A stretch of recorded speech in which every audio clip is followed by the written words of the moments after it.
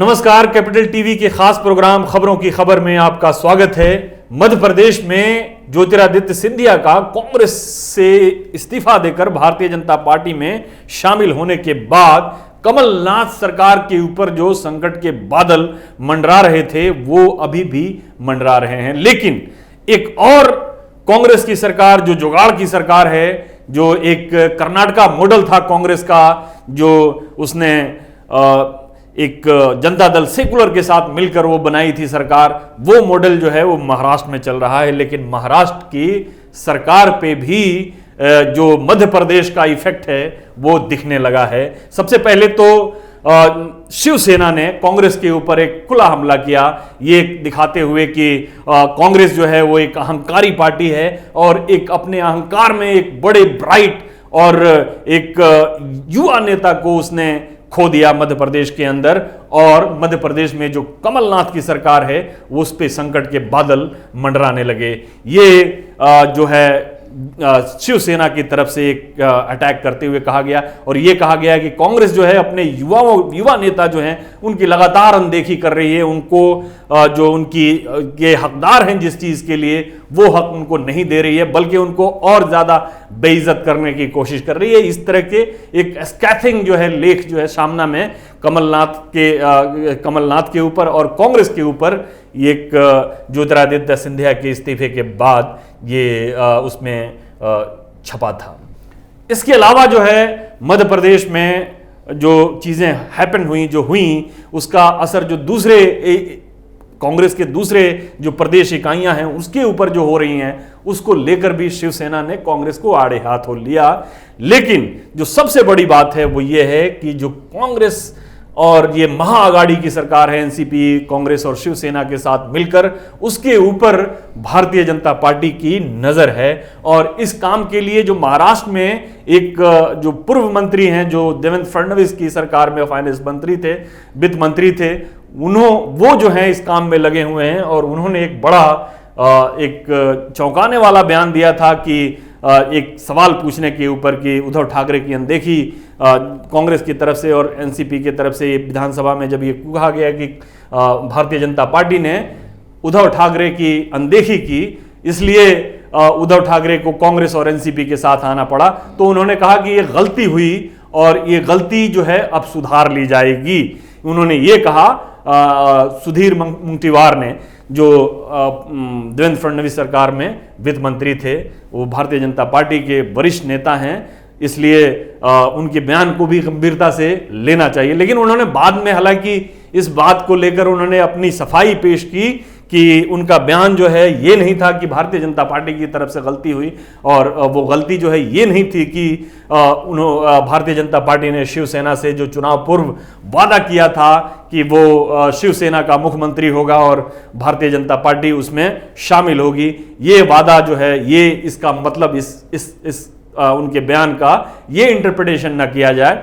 हालांकि उन्होंने ये कहा कि भारतीय जनता पार्टी से गलती हुई कि जो उन्होंने उद्धव ठाकरे को मनाने की कोशिश नहीं की, या जो भी मतलब उनका ये कहना था, उन्होंने अपनी सफाई पेश कर दी। लेकिन दिलचस्प बात यह है कि मुंगटीवार जो हैं वो लगातार शिवसेना को एक तरफ से भारतीय जनता पार्टी की तरफ से एक सोलेस देते रहे हैं। जब भी उस शिवसेना के ऊपर कांग्रेस या एनसीपी की तरफ से ये कोशिश हुई कि उद्धव ठाकरे को एक तरह से उनको कमजोर किया जाए या उनको असहज किया जाए, खासतौर पर उनके जो कोर आइडियोलॉजी है, जो हिंदुत्व की आइडियोलॉजी वो अपने आप को कहते हैं, या जो शिवसेना की आइडियोलॉजी है, उसके लिए उनको असहज जो किया जाता है एनसीपी की तरफ से या कांग्रेस की तरफ से, उस पर मुंगटीवार जो है वो उद्धव ठाकरे को एक सांत्वना देने की कोशिश करते हैं, उनकी पुष्ट पनाही करने की कोशिश करते हैं, उनके पास खड़े रहने की कोशिश करते हैं। और इसी वजह से उद्धव ठाकरे ने भी कई मुद्दों पर, जब वो उनको असहज महसूस कराया गया एनसीपी और कांग्रेस की तरफ से, तो उद्धव ठाकरे ने भी एक सख्त रुख अख्तियार किया और ये बताया कि वो जो है कांग्रेस और एनसीपी के दबाव में नहीं आने वाले हैं केवल मुख्यमंत्री की कुर्सी के लिए। हालांकि इसमें और भी बहुत सारी चीजें हैं। उद्धव ठाकरे की परेशानी की वजह जो है, राज ठाकरे भी हैं। राज ठाकरे ने भी अपनी पार्टी जो है महाराष्ट्र के अंदर लॉन्च की है, री लॉन्च की है, बल्कि अपने आप को री इन्वेंट करने की कोशिश की है। लेकिन जो सुधीर मुंगटीवार की तरफ से जो उनको सांत्वना, खास तौर पर सीएए के लिए, एनआरसी और जो एनपीआर के ऊपर जो एनसीपी और कांग्रेस की तरफ से हमले हुए, या फिर मुस्लिम आरक्षण की जो बात हुई, या फिर जो बांग्लादेशियों के, अवैध बांग्लादेशियों के बारे में जो उनकी दृष्टिकोण रहे, या सीए नागरिकता कानून के ऊपर जो उन्होंने अपने बयान बदले, ये सारी चीज़ें जो हैं ये पब्लिक डोमेन में मौजूद हैं। तो इसमें जो है ये एक जो शिवसेना का, या शिवसेना को जिस तरह से ये कह रहे हैं कि हमारी गलती हुई है, मुंगटीवार जो बोल रहे हैं, और हम इस गलती को सुधार लेंगे। कब सुधारेंगे ये उन्होंने समय सीमा नहीं बताई है, लेकिन उन्होंने ये जरूर कहा है कि इस गलती को हम सुधारने के लिए तैयार हैं और इसको सुधारेंगे। इस पर एनसीपी और कांग्रेस की तरफ से तो कोई इस तरह का कि बड़े नेता का बयान नहीं आया, लेकिन एनसीपी और शिवसेना की तरफ से इस पर बयान जरूर आया, इसकी सफाई देने के लिए या इसको खंडन करने के लिए। शरद पवार ने जो है इस पर अपनी प्रतिक्रिया व्यक्त की। उन्होंने कहा कि महाआघाड़ी विकास की सरकार जो है वो मजबूत है, यहाँ पे जो उद्धव ठाकरे के नेतृत्व वाली जो सरकार है वो अच्छे से काम कर रही है, इसके ऊपर मध्य प्रदेश का कोई असर नहीं पड़ने वाला है। सिंधिया के जाने से जो है कांग्रेस को नुकसान हुआ है, कांग्रेस को सिंधिया का मामला जो है कांग्रेस ने ठीक से हैंडल नहीं किया, ये शरद पवार का कहना था। और शरद पवार जो है का ये कहना कि ये सरकार ठीक से चल रही है, हालांकि कुछ दिन पहले उनके तेवर कुछ और थे, लेकिन अभी उनके तेवर कुछ नरम दिख रहे हैं। कांग्रेस तो जाहिर है कि कमलनाथ के शौक से अभी भी पूरी तरह से बाहर नहीं निकल पाई है, तो कांग्रेस की तरफ से। हाँ, शिवसेना की तरफ से ये जरूर कहा गया कि जो वायरस जो है मध्य प्रदेश में है, उन्होंने थोड़ा सा इसको लाइट वो करने की कोशिश की संजय राउत ने। उन्होंने कहा कि मध्य प्रदेश में जो वायरस है वो महाराष्ट्र में नहीं आया है, मध्य प्रदेश में जो ऑपरेशन चलाया गया वो ऑपरेशन महाराष्ट्र में 100 दिन पहले फेल हो चुका है। यहाँ पे जो महाआघाड़ी की सरकार है वो काफी मजबूती के साथ खड़ी है और ये खड़ी रहेगी, ये शिवसेना का आधिकारिक बयान है। लेकिन जो चीजें जो पीछे कुछ महीनों से, जब से ये सरकार बनी 28 नवंबर से, उसके बाद से जो चीजें जो हैं हुई हैं, उसने शिवसेना को काफी असहज किया है कई मामलों में। जैसे सावरकर के मुद्दे पर शिवसेना जो है बार बार ये कहती है कि सावरकर जो हैं उनके आइडियोलॉग हैं, वो हिंदुत्व की आइडियोलॉजी से उसने अपने आप को अलग नहीं किया है, और हिंदुत्व जो है वो किसी एक पार्टी का एक अधिकार नहीं है, यानी भारतीय जनता पार्टी उस पर अपना अधिकार नहीं जमा सकती है। और राज ठाकरे ने जब हिंदुत्व को अपनाने की कोशिश की, उन्होंने भगवा झंडा अपनाने की कोशिश की और सावरकर की तस्वीर लेकर जो वो अपनी रैलियों में घूमते फिरे, तो उस पर उन्होंने कहा कि हमने कभी हिंदुत्व को नहीं छोड़ा है, शिवसेना ने कभी हिंदुत्व को नहीं छोड़ा है। तो यानी कि सावरकर जो हैं शिवसेना के भी आइडियोलॉग हैं। इसका मतलब ये हुआ कि शिवसेना के आइडियोलॉग जो हैं वो सावरकर हैं, और सावरकर का अपमान जो है वो कांग्रेस लगातार करती रही है। कांग्रेस जो है, सबसे पहले तो कांग्रेस के बुकलेट में ये आया कि जो सावरकर थे वो माफ़ी मांगते थे और वगैरह वगैरह, इस तरह की चीज़ें हुई। राहुल गांधी ने भी कहा, राहुल गांधी से जब माफ़ी मांगने की कोशिश की गई तो राहुल की डिमांड होने लगे, जब उन्होंने रेप इन इंडिया का कमेंट, अपना विवादित कमेंट उन्होंने दिया था, उसके ऊपर जब भारतीय जनता पार्टी की तरफ से उनके ऊपर दबाव आने लगे, तो राहुल गांधी ने ये कहा कि मैं राहुल गांधी हूं, राहुल सावरकर नहीं हूं। और भी बहुत सारी महाराष्ट्र की जो कांग्रेस का मुखपत्र है उसके अंदर जो है सावरकर के ऊपर काफ़ी आपत्तिजनक टिप्पणी की गई। तो ये सारी चीज़ों के बीच में वो काफ़ी असहज महसूस। इसके अलावा जो मुस्लिम आरक्षण के ऊपर जो है उनका पुराना एक स्टैंड है कि वो देशव्यापी आंदोलन करेंगे अगर मुसलमानों को किसी तरह से आरक्षण देने की कोशिश की गई।